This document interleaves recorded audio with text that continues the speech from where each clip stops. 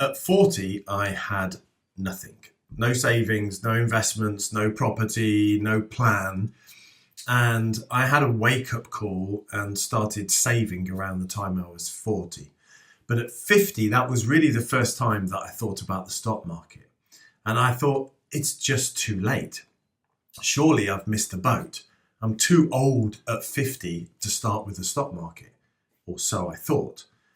This video is the story of what I did and what happened to me. Now, I know I'm not alone. Many people I know my age feel like they're behind on retirement savings, and many of us don't have anything in the stock market. We were never really taught about the stock market or how money works or how you can actually build wealth. Most of us were just told to get a job, work hard, save some money, enroll in a pension. Many of us are just sitting on money in the bank that's quietly losing value every single day, and we don't even realize it. I know I didn't. Now, before I get into this, I just want to be upfront. I'm just a guy on the internet. I'm not a financial advisor. I'm not a professional. Nothing I say in this video is financial advice. What I am is someone who was in exactly the position that maybe you are right now, and I went out and figured some stuff that genuinely changed my life. And I mainly want to help you and inspire you to do the same, to go out and do some learning and figure some stuff out and how you can take your money back into your control. So here's what I did. And there were basically 4 steps. There are 2 numbers that you have to face up to, and they're intimidating numbers. The first is, how much money have you got saved up?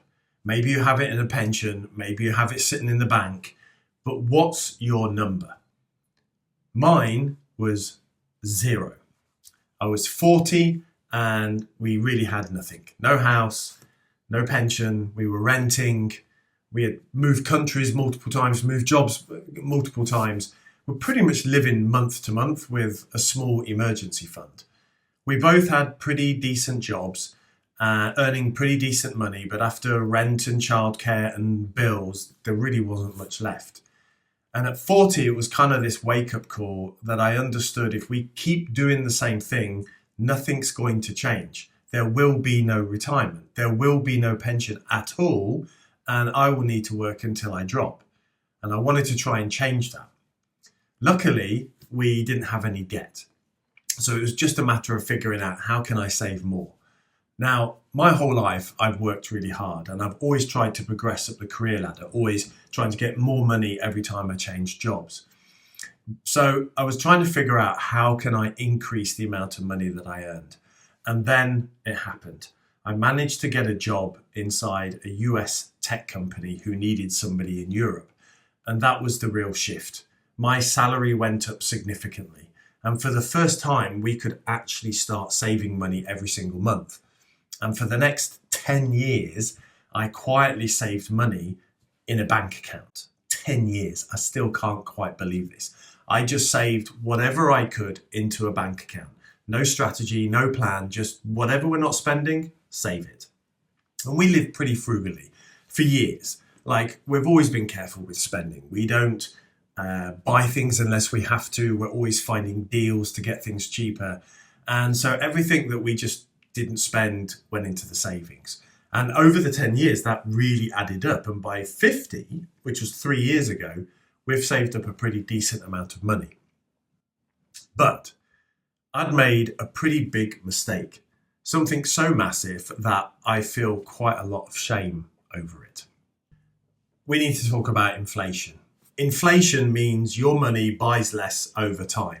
So say you saved 50,000 euros over the last 10 years, faithfully putting that money away each month into a bank account. You'd look at that balance and you'd feel pretty good about it. Look at all that money that I've saved up.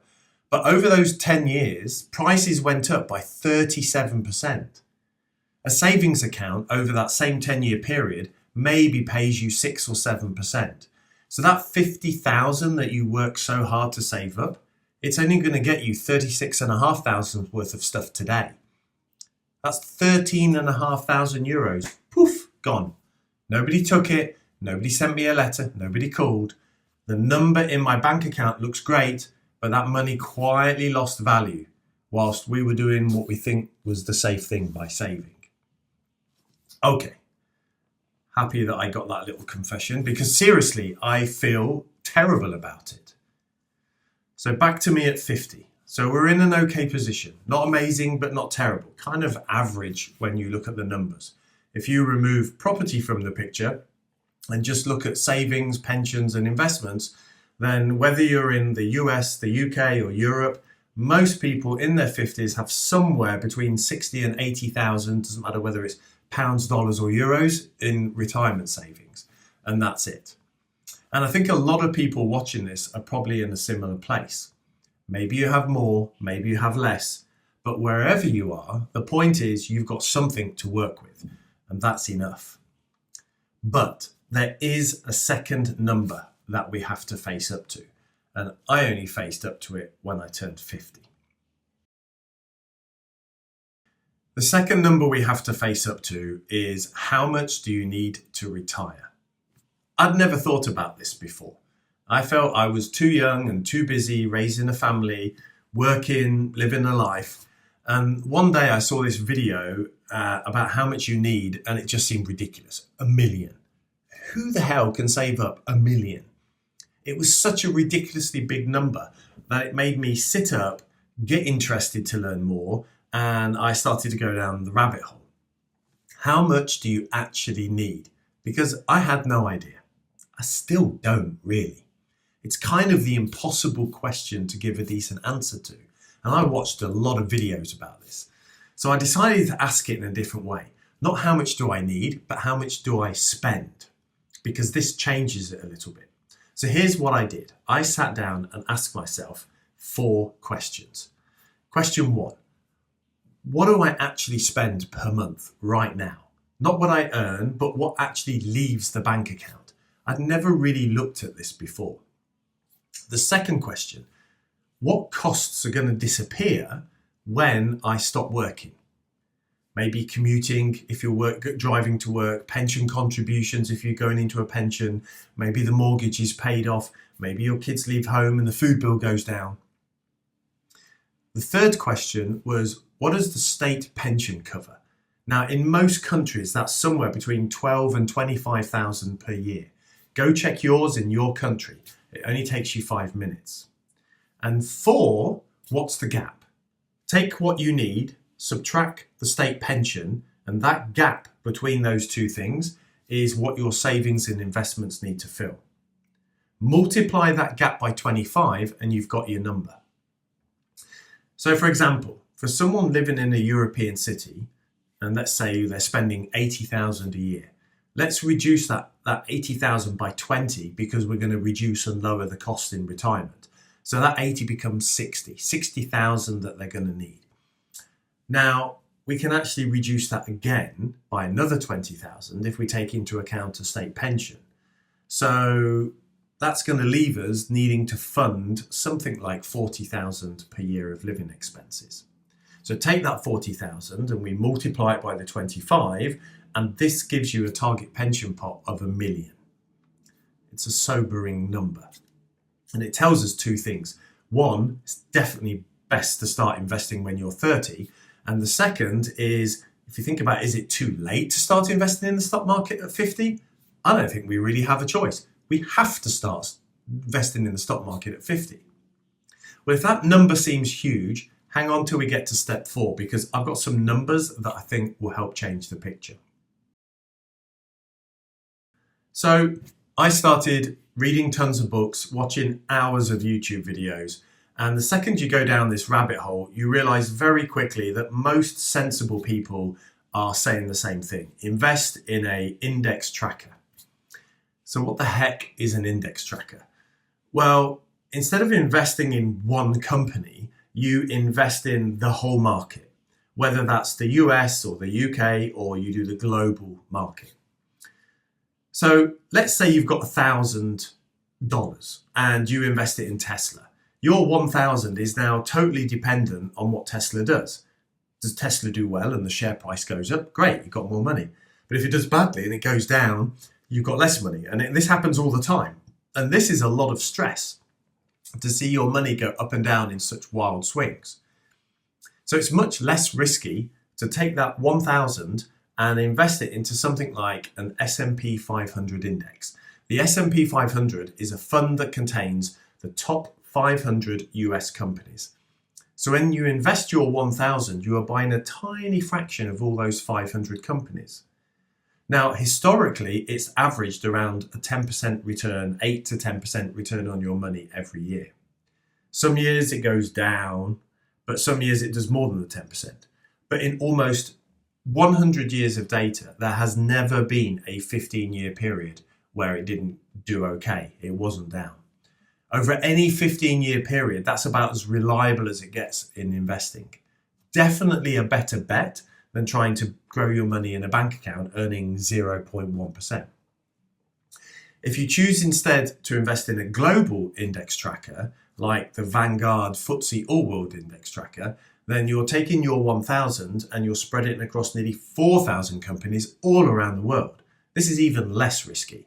Smaller upside and smaller downside. So the question then becomes, how much risk do I want to take?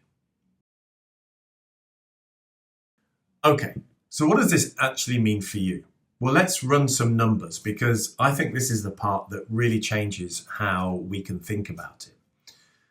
Let's say you're 50 and I think I've got 15 years of compounding my money in the stock market. That's a powerful thing, but 25 or 30 years, even more so. Let's say I'm going to live until I'm 80. That's 30 years from now. I can have my money compounding in the stock market for 30 years from now at 50. Sure, I'm going to need to start to spend some of that money and take it out, depending on what age I decide I'm going to stop working. But it's massively more powerful for my retirement than leaving that money in the bank account for all that time, because inflation will kill it. So let's take our example of needing to fund that 40,000 per year of living expenses over the 25 years, which is $1 million, which seems insane. Well, I think we can do it for less than $1 million, especially if we're going to work until we're 70 or earn money until we're 70. So let's think about it in two phases. Phase one, which is 50 to 70 until we stop working. So let's say you're starting out with a median amount of savings, let's say 80,000 euros. Without adding anything else and using an average of 8% return, if you put it in an S&P 500 index tracker, you're already up to 373,000 over that period. If you can then find an additional 500 or 600 per month for those 20 years between 50 and 70, at that 8%, you're now going to get up to 750. So that means then at 70, you could start withdrawing 30 to 40,000 per year, and you're probably going to be okay and not run out of money, depending on how long you live and what happens to the world. If you want to be even more sure, then you could start to look at putting more than the 500, if you can, in your 50s, and then less when you get into your 60s.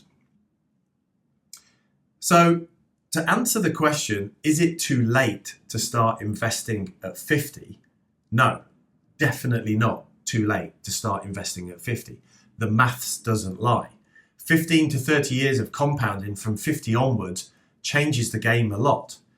In fact, if we want a comfortable retirement, then I don't think we have a choice but to invest in the stock market from 50. So, I hope you like this video. I covered a lot, and if you have any questions, let me know in the comments below and I will do my best to answer them. That's it for today. Remember, start small, stay consistent, and build your freedom. And I'll see you in the next one.